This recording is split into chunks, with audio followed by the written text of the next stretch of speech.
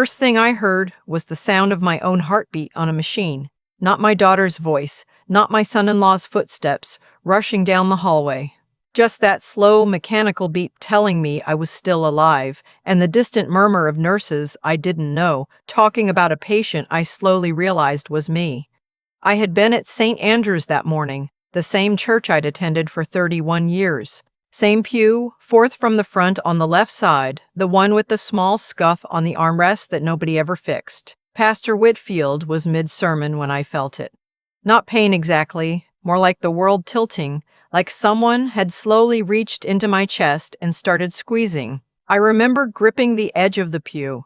I remember the woman beside me, Betty, who I only knew from the Christmas potluck, grabbing my arm and saying my name twice before I couldn't hear her anymore.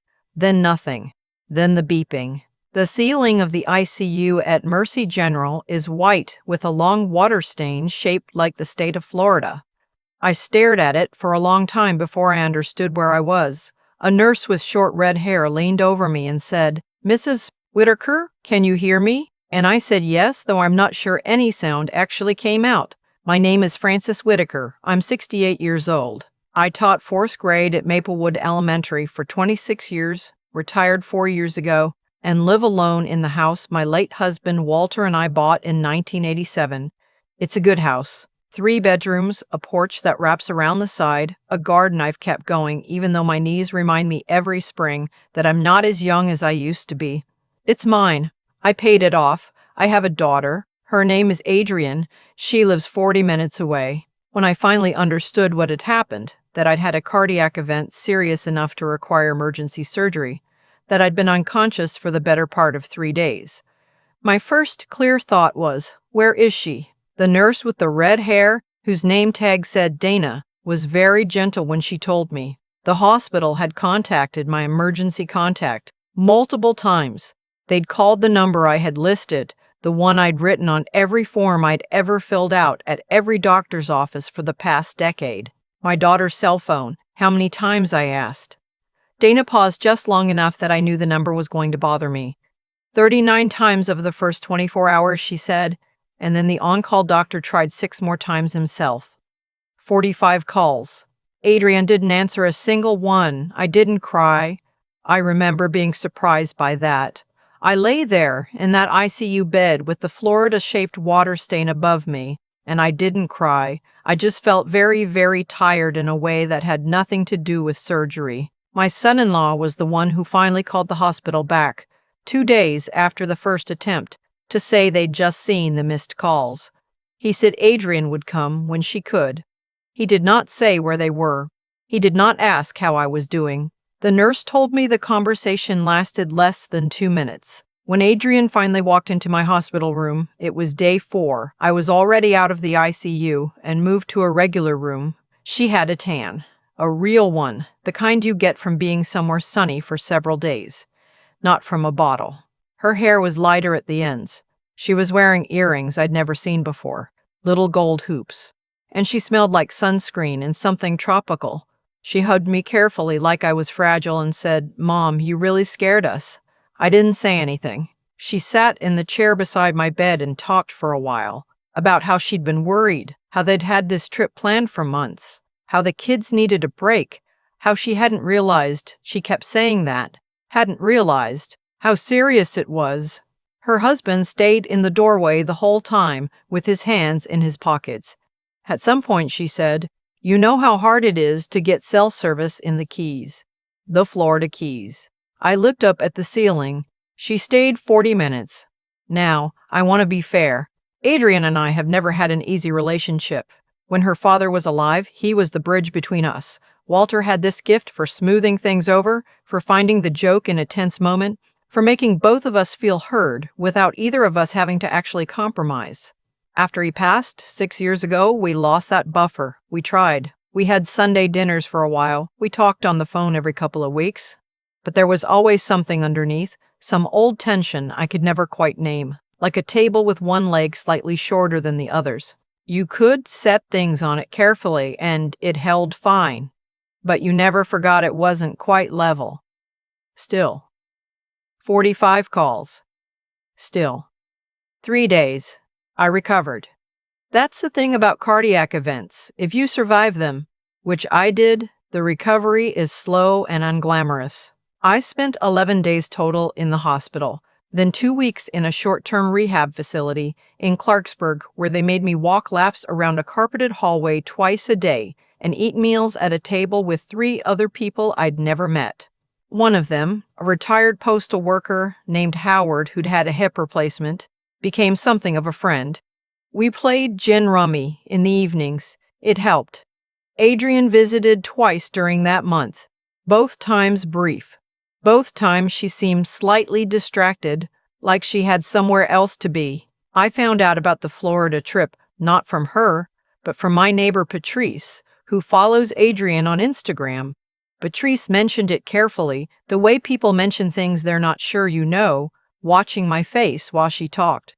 She said Adrian had posted pictures, matching swimsuits with the kids on the beach, a sunset cocktail, a caption that said, "Rest, recharge, family time."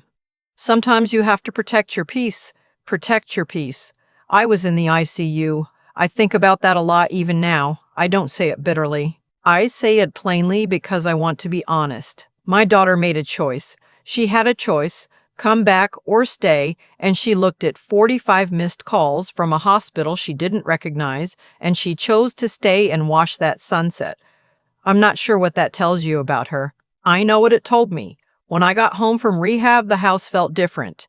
I can't explain it exactly. Everything was in its place, the furniture, the photos on the mantle, the African violets on the kitchen windowsill that my neighbor's daughter Ren had been keeping alive while I was gone. Ren is 24. She rents the little house next door with 2 roommates, and she had a key because she waters my plants when I travel. She came over the afternoon I got home and helped me bring in groceries and made a pot of soup from scratch because she said she'd been thinking about me and didn't know what else to do.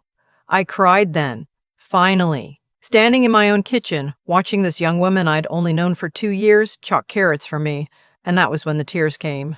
Ren didn't make a big deal of it. She just slid the box of tissues across the counter and kept chopping. The weeks after I came home were quiet. I did my cardiac rehab 3 mornings a week. I walked around the block every day, slowly at first, then a little faster. I ate differently, less salt, more fish, a truly depressing reduction in cheese that I grieved privately. I slept a lot. I thought a lot. I thought about Walter and what he would have said. I thought about the version of Adrian when she was 9 years old and used to bring me dandelions from the yard and call them bouquets. I thought about all the ways I had probably fallen short as a mother, the things I'd said wrong or hadn't said at all, the times I chose work over presence, the ways grief after Walter died had made me harder to reach. I tried to be fair. I really did. And then I thought about 45 calls. And I thought about protect your peace. And I thought I am 68 years old and I almost died and I woke up alone. At some point that fall, I made an appointment with my attorney. I want to be clear about what I own. Walter and I had been careful with money our whole lives. Not wealthy, but careful. We paid off the house. We maxed out our 401ks when we could. When Walter died, his life insurance and pension left me with a cushion I'd managed responsibly ever since. The house alone was worth close to $400,000 in the current market. There was also a brokerage account, a savings account, and a small annuity. Nothing that would make headlines, but enough. Enough to matter. My attorney is a woman named Gloria Tran who has been doing estate planning in this county for 22 years. She is precise and unsentimental in a way I've always found deeply comforting. She doesn't tell you what you want to hear. She tells you what is. I sat across from her and I told her what had happened. Not emotionally, just the facts. The cardiac event, the 45 calls, the Instagram post, the 40-minute visit, the soup that a 24-year-old neighbor made because she didn't know what else to do. Gloria listened without interrupting. When I finished, she said, "What would you like to change?" I told her. The previous version of my will had left everything to Adrian, with a smaller bequest to my church and a few small gifts to my church and a few small gifts to Walter's nieces. We rewrote it. The house, the accounts, the annuity, the majority goes elsewhere now. Ren is named. So is Howard from rehab. Because we stayed in touch, and he is 81 and his own children live far away, and I know what loneliness looks like up close now. So is a literacy nonprofit in the county that I donated to for years but had never properly included in my estate planning. Adrienne received something. I am not cruel. But she received something that reflects what she showed me that spring. I didn't tell her. I didn't call. I didn't write a letter explaining myself. I had spent 68 years explaining myself to people who weren't listening, and I decided quietly that I was done.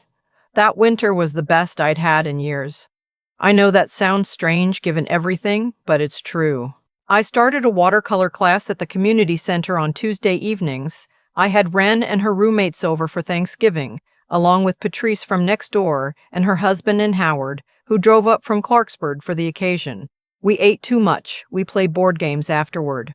One of Ren's roommates, a young man named Calvin who studies environmental science, fell asleep on my couch, and I put a blanket over him and felt, for the first time in a long time, that my house was full in the way I had always wanted it to be. Adrienne called on Thanksgiving morning to say they were doing a small thing at home and hoped I was well. The call lasted 4 minutes. I wished her a good holiday and meant it mostly. I am not angry. I want to be very precise about this because I know that's what people expect. The bitter mother, the scorned woman, nursing her wounds. That's not where I am. What I feel is more like clarity, like the world came into focus after a long blur. Almost dying will do that, I suppose. When you wake up in an ICU and the first sound you hear is a machine and not a person who loves you, something rearranges. What rearranges, specifically, is your understanding of who actually loves you. There came a Tuesday evening in February. I was home from watercolor class, still wearing the old shirt I wear to paint in because I've given up pretending I won't get cadmium red on everything, when my phone rang. It was Adrienne. Not unusual. She called occasionally. We talked about surface things. It was what we did. But something was different this time. I could hear it in the first 2 seconds. A tightness in her voice.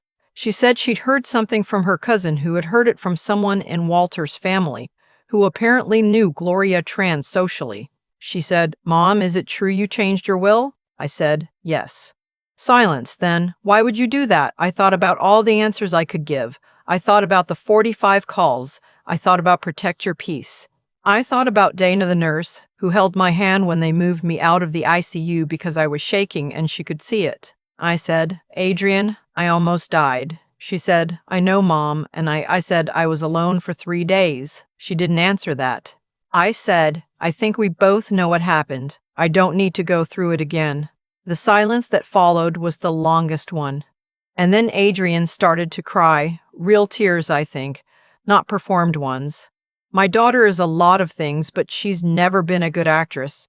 She said she was sorry. She said she hadn't understood. She said she'd been so overwhelmed. She'd been struggling with things I didn't know about. Her marriage, her anxiety, the pressure of everything. I listened. I let her talk. I'm her mother. I will always listen, but listening is different from changing course. I learned that this year. You can hold someone in your heart and still make clear, quiet decisions about your own life. You can love your daughter and still look honestly at what she showed you when the stakes were highest. When she'd finished, I said, "I hope we can do better, Adrienne.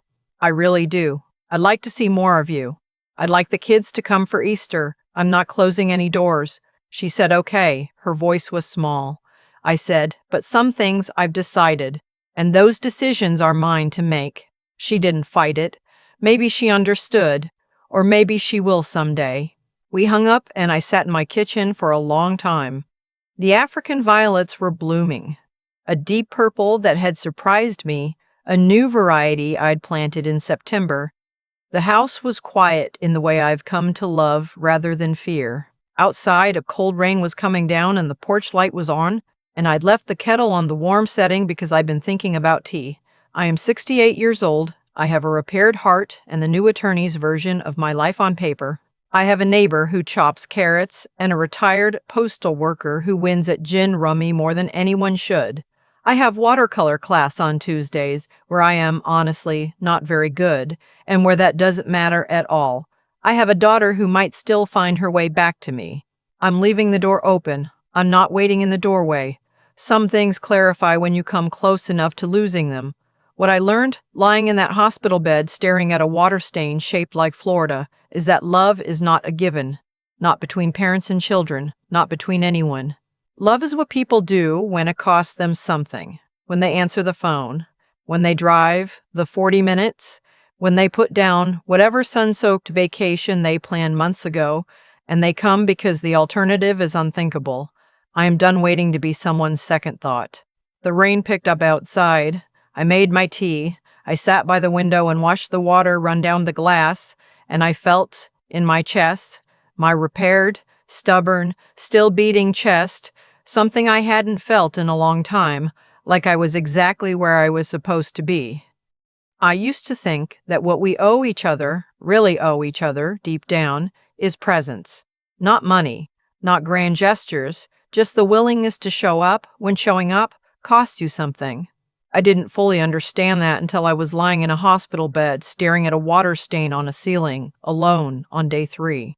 What happened to me wasn't just a medical event, it was a kind of test I never asked to take, and the results told me things I had been quietly avoiding for years. Adrienne didn't fail me because she's a bad person. I don't believe that. I believe she made a series of small choices, each one feeling manageable in the moment, that added up to something she may not have seen clearly until it was too late. That's how most failures of character happen. Not in one dramatic moment, but in 45 small ones. I thought a lot about what it means to be a decent person, not a perfect one. I've never been that, and I stopped aspiring to it sometime in my 50s. But decent, honest, the kind of person who, when the phone rings 45 times from a number she doesn't recognize, at least wonders why. Decency isn't a feeling. It's a decision you make when the decision is inconvenient. It's cutting a vacation short. It's driving 40 minutes in the rain. It's what Ren did when she showed up with soup and a quiet presence and didn't make me feel like a burden for needing both. I also think about what it takes to see clearly, to look at your own life without softening the parts that are hard to see. When I sat across from Gloria and told her what happened, I had to be honest with myself first. Not about Adrienne. About me. About what I'd been excusing. About the table with the short leg that I'd been setting things on carefully for years, pretending it was fine. Wisdom isn't something you arrive at, it's something you practice, and it requires a willingness to be wrong about things you'd rather be right about. I was wrong to keep setting things on that table and calling it a relationship. And then there's what it took to actually change course. To rewrite a will. To tell my daughter, quietly and without drama, that some decisions are mine to make. People asked me if I was afraid of her reaction. I was. But I've learned that fear of someone's reaction is not a reason to keep making yourself smaller. I spent too many years managing other people's comfort at the expense of my own clarity. I am 68 years old. I almost died. The time for shrinking passed. Howard wins at gin rummy because he pays attention. He told me once, during one of our evenings in Clarksburg, that the only real regret he had in his life was not deciding sooner. Not deciding to leave the job that was killing him. Not deciding to move closer to the water, which he'd always wanted. He waited until circumstances forced his hand. I understood what he meant in a way I wouldn't have a year ago. The rain that night in February, the tea, the African violets blooming purple on the windowsill. I think about that a lot. How ordinary it was. How enough it was. How long it took me to get there.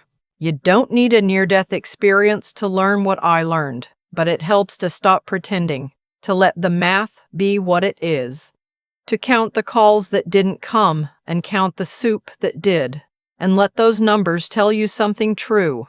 That's what I did, and I am still here, which is more than I can say I expected, lying alone in that ICU on day 1. I plan to make it count.